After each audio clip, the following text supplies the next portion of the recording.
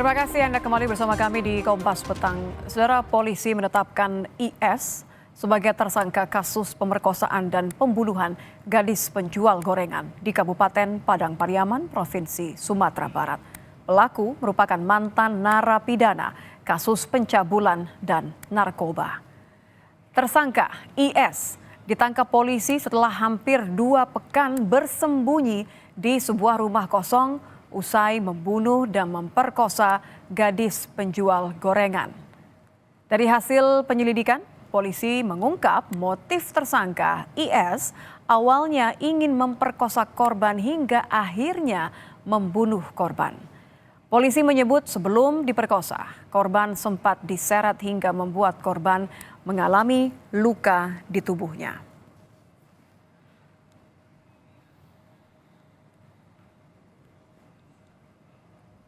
Bukan hanya ingin memperkosa, bahkan tidak ada niat ingin membunuh, tapi akibat dari itu kemudian tersangka melakukan perkosaan dan akhirnya menyeret korban dan luka-luka yang ada di tubuh korban itu dugaannya memang dari seretan itu karena jaraknya cukup jauh dan dia melakukan sendirian, itulah yang berakibat kematian.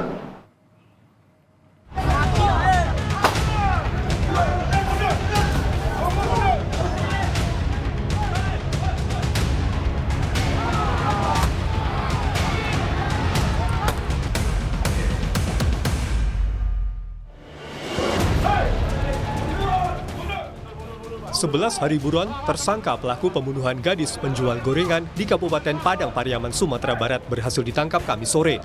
Tersangka pelaku ditangkap berkat laporan warga yang melihat sosok pelaku memasuki sebuah rumah kosong.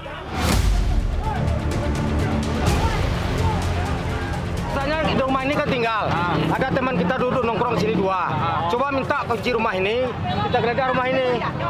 Tahun kita buka, rumah ini terkunci dalam. Sudah terkunci dalam, kita buka, ada kelihatan jejak kaki lari. Jamnya sebentar inilah. Jadi kita panggil warga, terus kita gerbek rumah ini. Ternyata memang betul ada di dalam.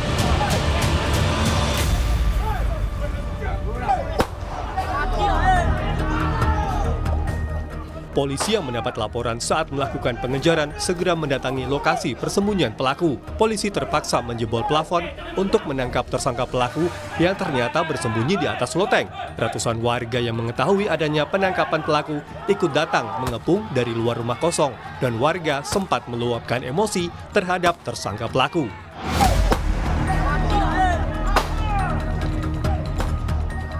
Polisi terpaksa mengeluarkan tembakan peringatan untuk mencegah aksi main hakim sendiri, sebelum kemudian pelaku dibawa ke Mapolres Padang Pariaman. Tepat tadi jam 3 sore, kami berhasil mengamankan dan menangkap tersangka yang sampai saat ini dicari dengan saksi-saksi yang ada.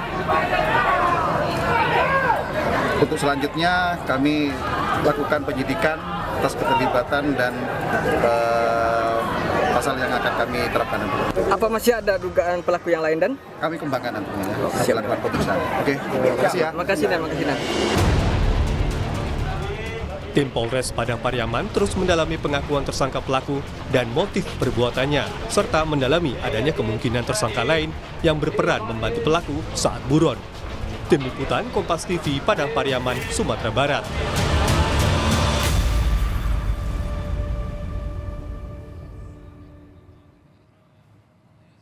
Ya, tim Polres Padang Pariaman sudah menangkap dan menetapkan pelaku pembunuhan gadis penjual gorengan sebagai tersangka. Kita akan bahas mengenai kasus ini bersama dengan kriminolog FISIP UI, Adrianus Meliala. Selamat petang, Bang Adrianus. Selamat petang, Mbak. Ya, yang menjadi salah satu pemikiran Nitya adalah pertanyaan mengenai status pelaku. Ini kan pelaku adalah residivis dari keterangan polisi. Pertanyaan saya, kenapa kemudian residivis bisa melakukan tindakan kriminal berulang? Dari pandangan Anda, apa faktornya? Jadi memang secara teori, pelaku kejahatan susila itu memang tingkat re-offense-nya, yang lalu kemudian menjadikan dia residivis ya, itu memang tinggi, lebih tinggi daripada yang lain. Mengapa demikian? Karena kita bicara mengenai kebutuhan biologis sih, gitu ya. Hal mana kebutuhan biologis itu bisa mengatasi pertimbangan kognisi. Jadi kalau orang di penjara itu kan sebetulnya yang dilatih itu adalah pertimbangan kognisi kan, bahwa kalau Anda melakukan lagi setelah keluar dari penjara, maka Anda akan kembali masuk loh, gitu ya. Nah, kadang-kadang pertimbangan kognisi ini, pertimbangan untung rugi gitu ya, itu kemudian sudah dikalahkan oleh pertimbangan tadi kebutuhan biologis, membuat dia kalap, nekat, dan lalu kemudian melakukan suatu perbuatan pidana, betapapun akibat itu dia masuk ke penjara lagi gitu ya. Nah ini yang kemudian menjadikan sekali lagi para pelaku kejahatan susila itu lalu tinggi tingkat relapse-nya, sehingga menjadi residivis kembali berulang-ulang kali masuk ke LP begitu. Jadi pola pengulangan tindak kriminal bagi residivis ini memang karena ada konsekuensi sudah diperhitungkan dan ada kebutuhan biologis kalau tadi Anda katakan. Itu dia, makanya kemudian orang berpikir begini, wah kalau begitu, kalau nanti yang ada situasi di mana orang berulang-ulang, lalu kemudian ada juga orang yang berkali-kali menjadi korban, maka sebaiknya dikebiri saja lah gitu ya.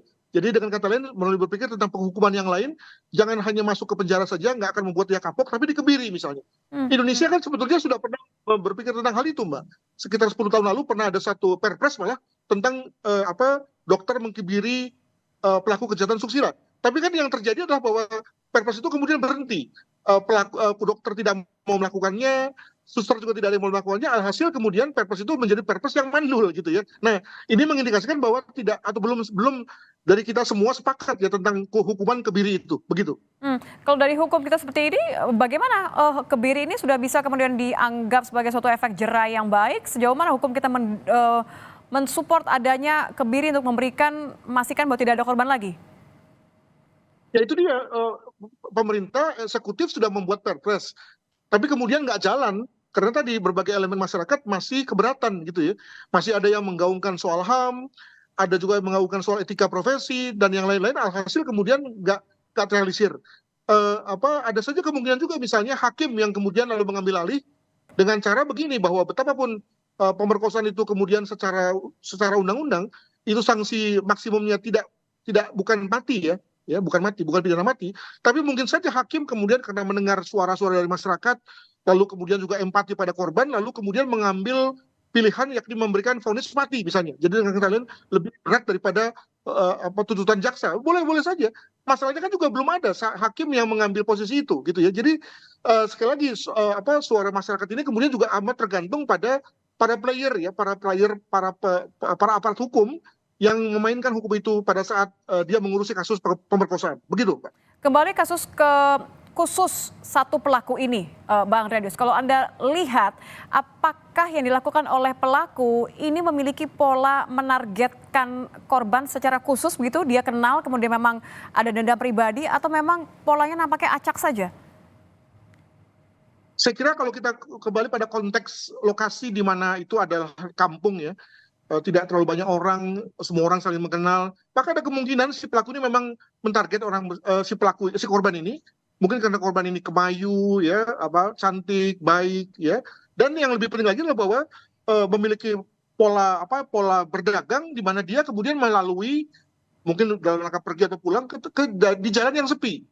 Jadi pertama mungkin dia naksir, dia butuh secara seksual, dan dia melihat peluang ketika si korban ini lewat di jalan yang sepi ya. Nah di sini lalu kemudian timbul pertanyaan polisi kan, ketika melihat korban itu dijatuhkan ke tempat di sebelah kanan yang memang agak bawah, lalu kemudian lokasi pemerkosaannya di tempat di sebelah kiri di mana di lokasi di atas, benarkah bahwa kemudian si pelaku melakukannya sendiri, kan itu pertanyaannya. Nah maka kalau memang sepanjang polisi yakin bahwa memang si pelaku melakukannya sendiri, ya saya kira pertanyaan tentang adakah pelaku kedua itu bisa digugurkan.